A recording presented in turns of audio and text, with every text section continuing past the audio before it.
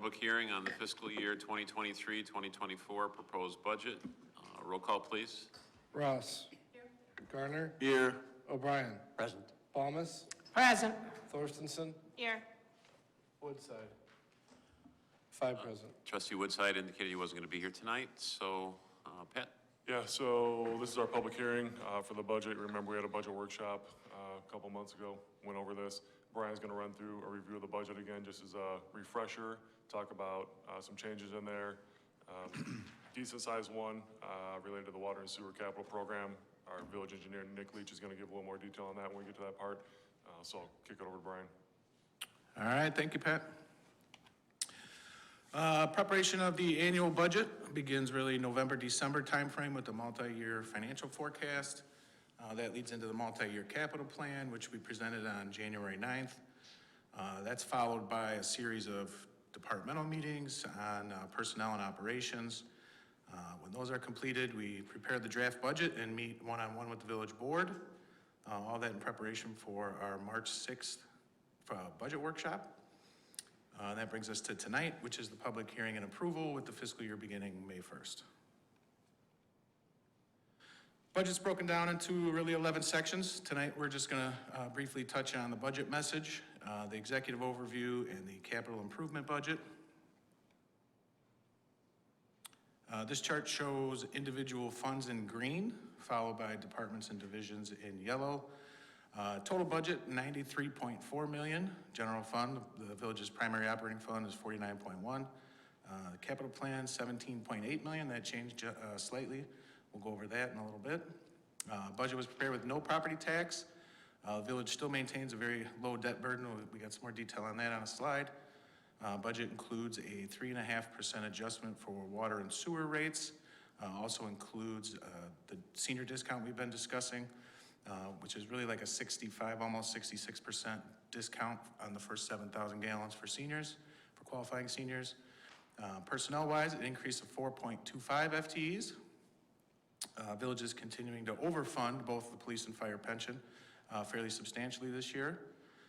Also included in the budget is the small business capital grant again, economic development reserve again. General fund reserve balance is projected to be in line with policy, even the updated policy. If you remember, we had some changes to that policy. We're looking to do some changes to that policy. That's on the agenda tonight as well.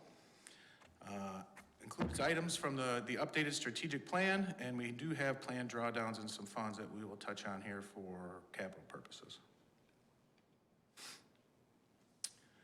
Looking at each fund individually, as I said before, the general fund is balanced at $49.1 million. That's the top line there. Planned drawdowns for capital spending in the motor fuel tax fund for the road program and the Rebuild Illinois funds that were received in prior years. Planned drawdown in the impact fee fund. Again, we've been drawing that one down over a number of years. The police restricted revenue fund. Those funds are restricted for drug enforcement and other law enforcement things, so they build up over time and then we spend them when capital needs arise. In the capital improvement fund, prior year surpluses included in that, so draw down that. Same thing in the water and sewer fund, drawing that down from prior year surpluses and even some general fund surpluses, which we'll touch on a little bit. And then in the joint ETSB fund, just the timing of the CAD replacement again. We included in the budget kind of the max exposure for that, so it probably will not be that, but I wanted to make sure we covered all our bases. Looking at revenues across all funds categorized into 8 groups. Again, total $92 million. That's up 5.7 or $5 million from last year. Major revenues is the largest category at 43.2%. This is where we see sales tax, amusement tax, hotel tax, food and beverage income and use tax. Charges for service is the second largest category, 28.9% of all revenues. And then that's where we see water and sewer sales, the Warren-Waukegan Fire Protection District contract, ambulance and dispatch services that the village provides. Investments and contributions, third largest category, 17.3%. This category includes investment income, primarily in the police and fire pension funds. Obviously they have large balances and extremely large investment income in both of those. It also includes employee and employer contributions to those pension funds. Other sources, 8.5% of the total revenues. This is where we see transfers in from other funds, damage to village property. Those are the biggest ones in that category. Intergovernmental revenue makes up 4.8%. In this category, we have motor fuel tax funds, 911 surcharge, reimbursements from the joint ETSB and replacement tax. Taxes make up 2.3% total revenues. Here we have telecommunications tax, franchise taxes, resort taxes, and road and bridge. And then finally, licenses and permits and fines and forfeitures make up a 1.5% each to round out the total there. On the expenditure side, across all funds, these are categorized into 9 groups, total 93.4 million. That's down 1.2% on 1.1 million overall. No surprise, the largest category, salary and wages, 37.8%. This is wages, overtime, and pensions. Service pensions to retirees. Employee benefits, 15.4% of the total. This includes health insurance, Social Security, Medicare, and the employer pension contributions. Contractual services, 13.3%. Here we see our road resurfacing program and purchases of water from CLC Java. Capital makes up 12.6. This is where we see our capital plan, roads, water main vehicles, stuff like that. We'll touch on it in a little bit. Other financing uses, 12.3%. This is where we see transfers out and recapture agreements. Other contractual, 3.3%. You see, this is where we have liability insurance, training, radio system costs in the communication center, items like that. Supplies, big one here, 2.9%, includes fuel and salt. So some things that we definitely cannot go without, especially winter months, fuel and salt, as well as fleet parts and meters for the water and sewer meter replacement program. Again, this year we're doing 2 years of it to finish it out, so bump that number up a little bit. Professional technical services, 2.2%.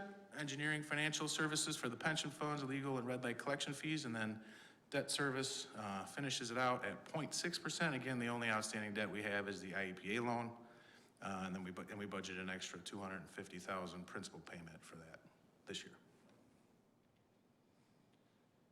I said budgeted personnel up 4.25 FTEs and administration. A previously full-time administrative assistant position to part-time following a retirement. Included a network administrator for succession planning. Community development and fire go together. Here we moved a management analyst from fire department to the community development department. Police department added a public safety compliance officer to deal with some state funded or unfunded mandates from the state and some FOIAs. Also added 2 sergeant positions over a multi-year plan. And then in public works added 0.75 FTEs. That's a part-time maintenance worker dedicated to locates. Also included in the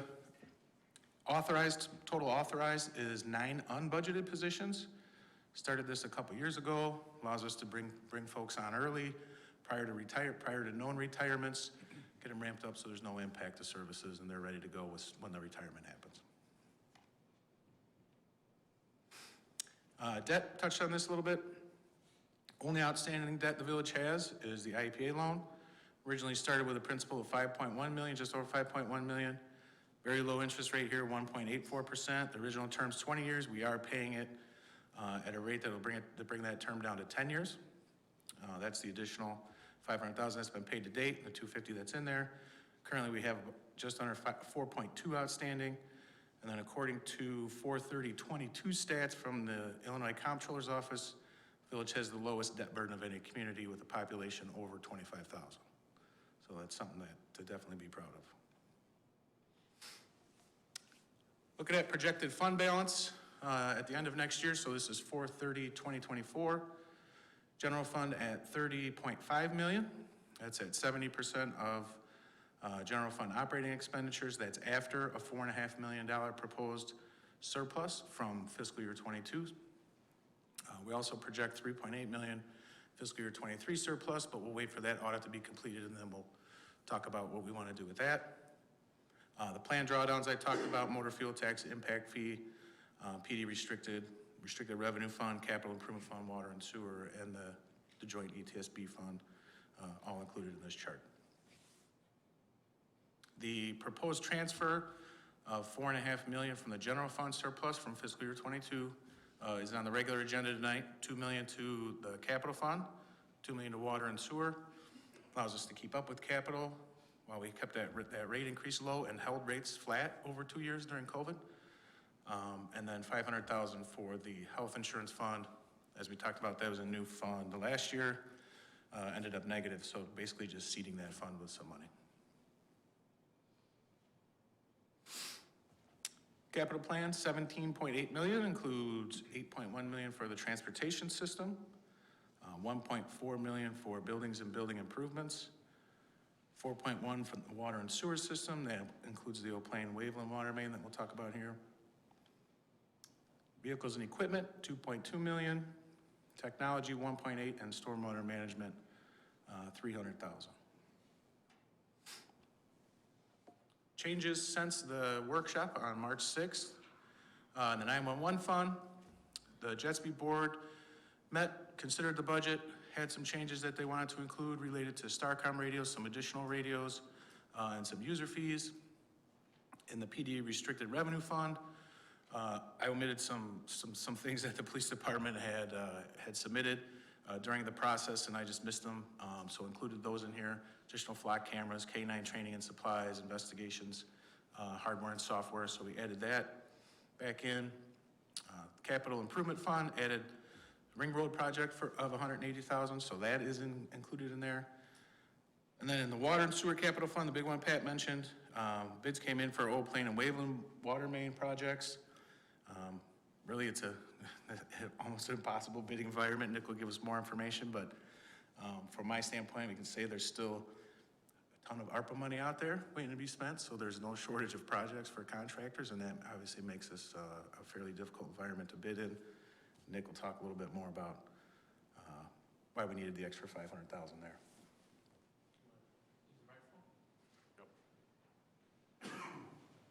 Hi. So, as you know, the bids came in way higher than what we anticipated for the budget. Probably to start out, our budget was a little too light to begin with. But after talking with contractors and several other municipalities, from the contractor's perspective, these were two very large jobs with two time constraints, both of them. Completion is between May and August, so it's kind of a big ask right now, especially with a lot of other work going on. So the general gist of calling contractors, they indicated that they just didn't want to commit to this time commitment and because of the other work they had going on at the time. And then talking with other municipalities, Beach Park particularly, they had one bidder and the bid came in 50% over engineer's cost estimate. Volo, same thing. They were about 40% over engineer's cost estimate. And then Zion also had a bid that came in over, lowest bidder over engineer's cost estimate. So I think that's just the general trend for this year. Talking with some contractors, water-related items, water main, water apparatuses, those type of items are still high in cost. Stone is also went up in cost. So all these factors play into why we saw what we saw. So, questions? Anybody have any questions for Nick? Thanks, Nick.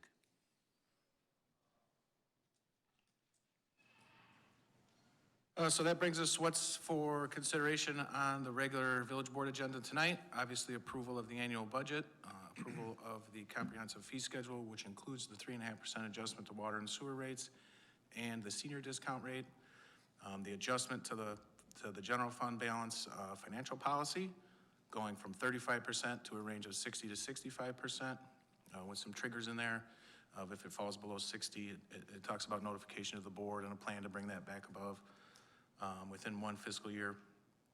And then fiscal year 2022 surplus funds transfer.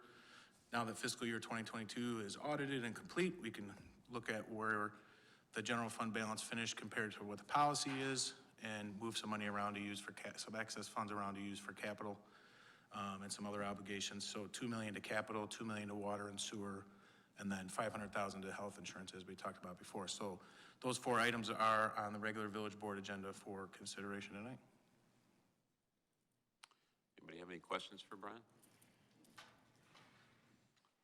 Thank you, Brian. Good summary. Pat, you have something else? Typically do a motion to recommend the budget to the meeting, so beyond that, no, nothing else. All right, so is there a motion to recommend the budget? Second. And then it is a public hearing, so at some point, public comment, At the end of, maybe do it before the vote? today? Right now. Oh, is there anybody that would like to make a statement with regard to the budget? There being none, so trustee Balmas, you had a motion, right? Is there a second? Second. Second by trustee Garner. Roll call, please. Ross. Aye. Garner. Aye. O'Brien. Aye. Balmas. Aye. Thorstenson. Yes, and Five just oh. want to say kudos to Village of Gurnee for being able to be the only municipality over 25,000 people that has such a low debt, or the lowest debt. Lowest debt burden over 25,000, correct? All right, so motion carries, so that'll be recommended to our general meeting. And is there a motion to adjourn? Second. Motion by trustee Balmas, second by trustee Garner. All in favor, say aye. Aye. We'll start again in 4 minutes. Is it worth it getting up?